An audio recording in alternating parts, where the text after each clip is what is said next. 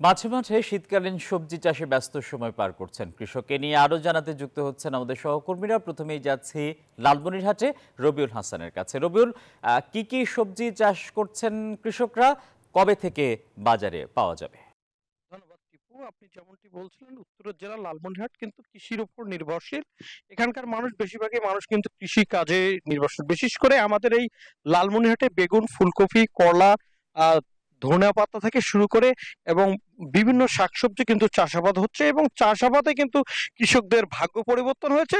বিশেষ করে কৃষকদের দাবি, কিন্তু তারা বলছে যে কৃষি ক্ষেত্রে সারের এবং কীটনাশকের যদি দাম কমে তাহলে কিন্তু কৃষকরা আরো লাভবান হচ্ছে। আমি রয়েছি পাটগ্রাম উপজেলার বাউরা ইউনিয়নের একটি বেগুন ক্ষেতে। এই বেগুন ক্ষেত কিন্তু প্রায় 3 বিঘা জমিতে কিন্তু বেগুন লিজ নিয়ে গেড়ে চাষাবাদ করেছেন, এবং ইতিমধ্যে খরচ হয়েছে 20 থেকে 25 হাজার টাকা, এবং ইতিমধ্যে বিক্রি করেছেন 50 থেকে 60 হাজার টাকা। আমরা এই কৃষকের সাথে কথা বলবো, বেগুন চাষি আপনি আব্দুল সালাম, আপনার সাথে কথা বলতে চাই। কেমন লাভবান হয়েছেন, এবং আরো কতদিন এই বেগুন আপনি ছিঁড়তে পারবেন এবং বিক্রি করতে পারবেন?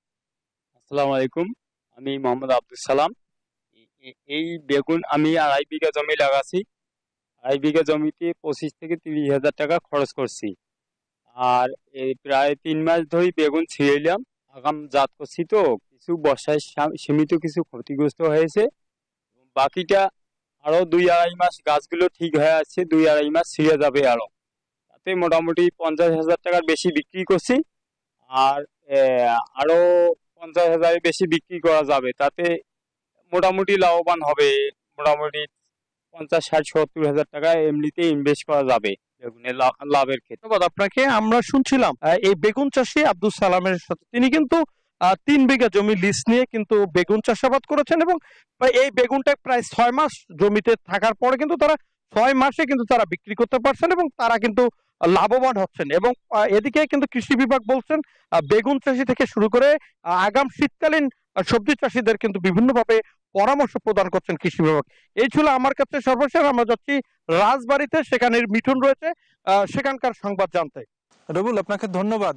সারা বছরই কিন্তু রাজবাড়িতে শাকসবজির আবাদ হয়ে থাকে। বিশেষ করে এই আগাম জাতের যে সবজি, সেটি প্রায় 1500 হেক্টর জমিতে এই শীতকালীন যে আগাম সবজির আবাদ হয়ে থাকে, এই সবজিগুলো কিন্তু ইতিমধ্যে বাজারে আসতে শুরু করেছে। আমি এই মুহূর্তে রয়েছি গড়াই নদীর চরের যে ফুলকপি, বাঁধাকপির যেসব ক্ষেত রয়েছে, সেখানে আমি এসেছি। এই ক্ষেতগুলোতে কিন্তু একটু আসলে বিভিন্ন সময়ে যেহেতু এই সবজিগুলো আবাদ হয়ে থাকে, কৃষকরা প্রকারভেদে আরো 2 থেকে 2.5 মাস আগের থেকে কিন্তু এসব সবজির আবাদ করেছে। তবে এই যে ক্ষেতটিতে রয়েছে, এই ক্ষেতটিতে যে বাঁধাকপি এবং ফুলকপি আছে, এগুলো কিন্তু আর 15 থেকে 20 দিন পরেই কিন্তু বাজারে আসতে শুরু করবে। মোটামুটি বাজারে বলা যায় যে রাজবাড়ী জেলার প্রতিটি বাজারেই কিন্তু শীতকালীন যেসব সবজি, সেই সবজির সরবরাহ বেড়েছে। তবে কৃষকরাও কিন্তু এবছর তাদের যে উৎপাদিত সবজি, তার দামও কিন্তু ভালো পাচ্ছে। বিশেষ করে রাজবাড়ী জেলার যেসব সবজি, এই সবজিগুলো কিন্তু রাজবাড়ী জেলার যে চাহিদা মেটায়, চাহিদা মেটানোর পরেই কিন্তু এটি দেশের যেসব গুরুত্বপূর্ণ শহর, সেই শহরগুলোতেও কিন্তু এই রাজবাড়ী জেলার সবজি কিন্তু সরবরাহ করা হয়। তবে কৃষকদের কিন্তু এক ধরনের অভিযোগ রয়েছে, কিন্তু চলতি মৌসুমে সার কীটনাশক সহ নানান যেসব আসলে মোটা তাজাকরণের জন্য বা ফসলের ভালোর জন্য যেগুলো ব্যবহার করা হয়ে থাকে, প্রতিটি জিনিসেরই কিন্তু দাম বেড়েছে, যার কারণে কিন্তু আর উৎপাদন খরচও বেড়েছে। তবে যে দাম পাচ্ছে, এই দাম নিয়ে মোটামুটি কৃষকরা কিন্তু সন্তুষ্ট।